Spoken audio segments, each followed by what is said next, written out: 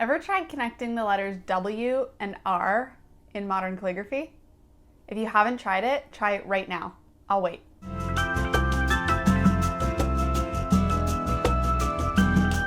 It's tricky, right? Yeah, that's not just you.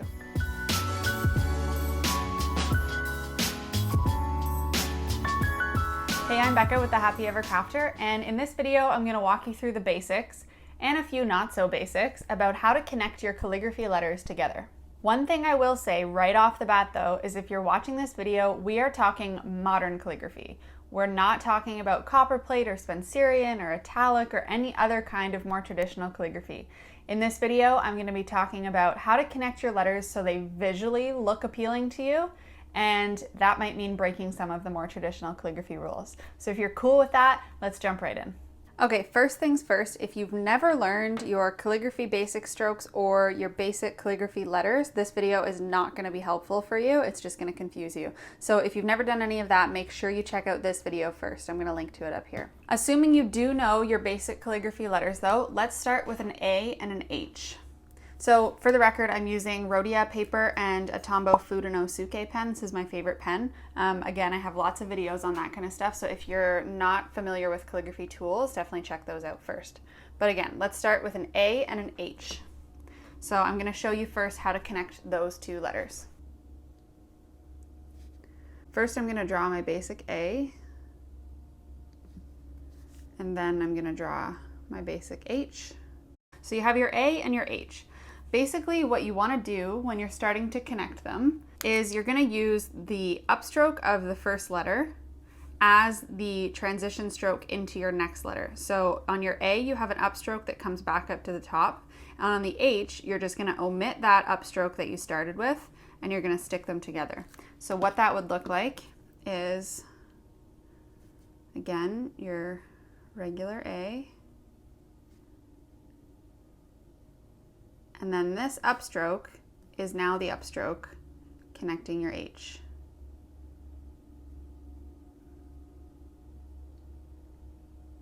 So all you have to do is take the upstroke from the A and turn it into the upstroke from the H. You stick them together and voila.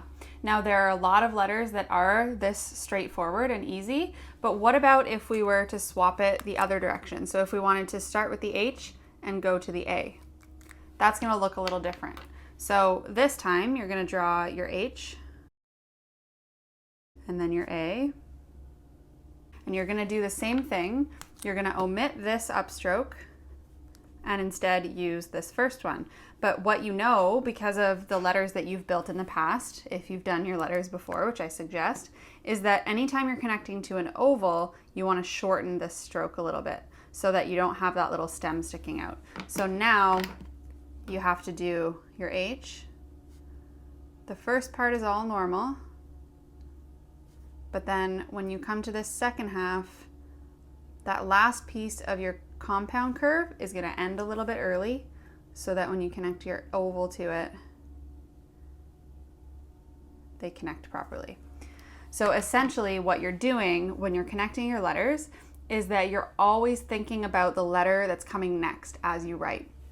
So as you're writing this H, you know you're connecting to an A, and you know an A starts with an oval, so you're going to shorten that. And that's going to go for every single word and every single connection that you do moving forward. So you're just always thinking about what the next letter is going to be. So with that in mind, let's go even one step trickier. What if we wanted to do something like an O to an M?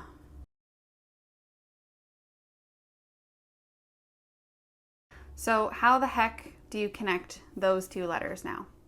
It's not as easy as just using this upstroke and taking out this upstroke, obviously, because that's going to look a little awkward. So what you actually have to do with an O to an M is you're going to start to play with these new kind of weird connection strokes that you'll learn as you go. So what's going to happen with this one would be an upstroke, an oval, and then you're going to do the comma dot, but you're going to think about how you need to connect into this overturn stroke at the beginning of your M. So what you're going to do is you're going to start your comma dot, but you're just going to keep going, extend it up to the top, and then turn it into an overturn. So it's like a combination of the comma dot and the overturn, and that starts off your M. Okay, so that's, again, gonna happen in a lot of different connections, these sort of pieces here that you've never seen before, and you're gonna just start having to learn them as you go and as you start to connect different letters. So a couple other examples of new strokes that you'll have to learn would be on things like, let's say we wanted to do double N, N to N. So you would have your overturn and a compound curve to make your N, and then you'd have another one, overturn, compound curve. Again, I'm doing this way too fast. Okay, so you have these two ends. Now, how do you connect your compound curve to an overturn? Because it's just a lot of the same kind of shape over and over again. What it's actually going to look like is an overturn,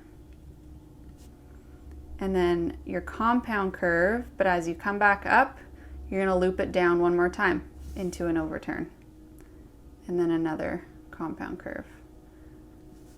So this whole piece right here, from here to here, is a new stroke you haven't done before. So it's really just starting to understand what's coming next and what exactly you need to have at the beginning of the letter to make it connect properly. Another good example would be a P to an N. So if you do your P in the modern format, like this, and then your N like this, how do you connect those two? Well, it would be an upstroke, descending loop, and then this piece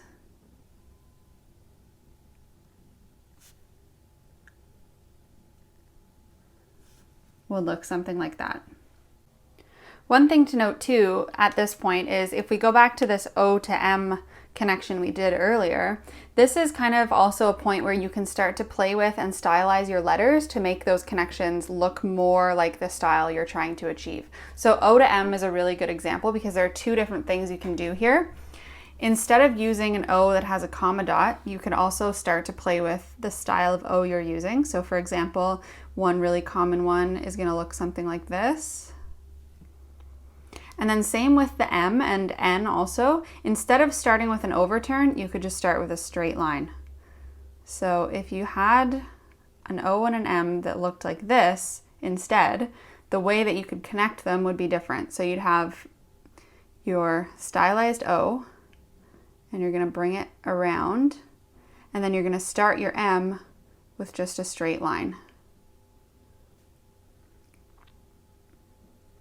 And then you're skipping the need to have this fancy new stroke in the middle. So this is a good opportunity to start playing with things like that, and we're gonna go over those in depth in more videos. I have a video all about bouncing and stylizing your letters, so you can check that out. But this is something to keep in mind as you start playing with connections. Okay, so all of the ones we've done so far have been fairly straightforward, even though some of them require you to learn some new strokes. But where things get really tricky is with anything that you're connecting with W or V are really tricky. So if you've got your W that looks like this, and your V that looks like this, anything you're connecting to those is going to be really tricky. So let's talk about maybe W to O. So what that would look like technically is W, and then your comma dot, and you attach your oval to it with another comma dot.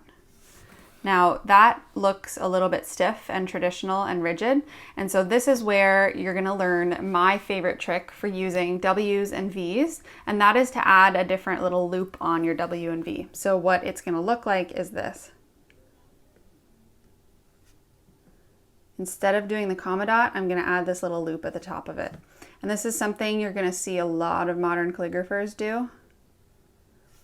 And what that does is now to connect my W to my O, I can just do this loop at the top and then add my oval. And it looks a lot kind of more modern and a lot more pleasing. If we go back to the O, the stylized O I did earlier too, it can look even more modern by doing that loop and then my stylized O. So kind of 3 different steps of connections you can do there. And the same thing would go for the V, the exact same thing. These rules also don't only apply to W to O, obviously, they apply to other letters. So let's say V to I, for example, you would have your V and then your I, and that's kind of the most rigid looking one. And then if you were to do the looped version,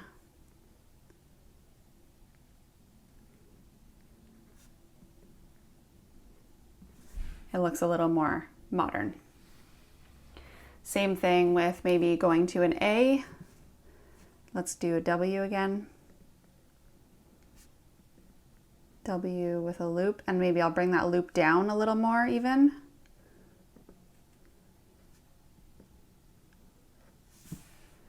Okay, so that's a really easy way to start playing with those. The other option that you can do is you can keep your comma dot lower.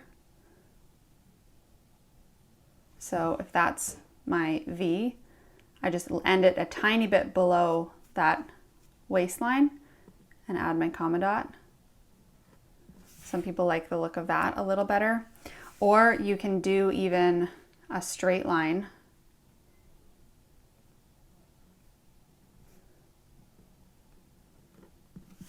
to attach them there instead of a comma dot altogether. So a couple different options for that. And then the last letter connection that I want to talk about is the one that we started this video off with, and that is W to R. So this one is really tricky. So you'd have your W and your standard calligraphy R. And how the heck are you supposed to connect those? Because if you just did it like this, you would end up with something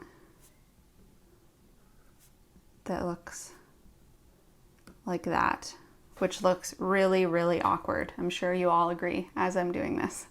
So for this one, I have 3 different suggestions. The first one is to do this swoop trick, but to make your swoop bigger. So what that would look like is big swoop here, and then it comes back up, which still looks weird, and that sort of sometimes looks like its own letter, so not the best option. The second option is to not connect them at all, which I like. So draw your W and then draw your R beside it. That looks weird without any other words, or without a full word around it, but let's say I was going to turn this into the word right.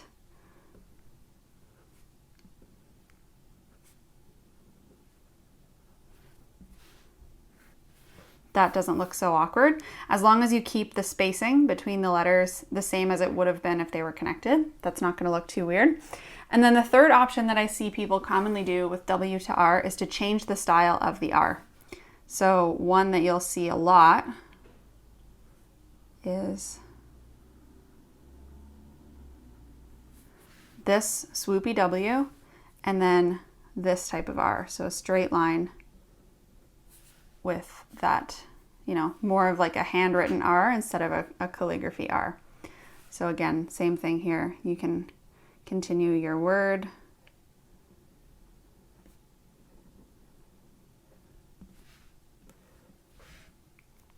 And that kind of solves the problem. So lots of different things that you can think about, lots of different ways that you can stylize at the same time as learning how to connect your letters. And I know it can get a little bit complicated, but if you stick with it, you'll get the hang of it, I promise. And by the way, I also have a full workbook and video course that walks you through all of this kind of stuff in more depth. It's got pages and pages of different connections, all the tough ones that we just went through, and how to connect them all.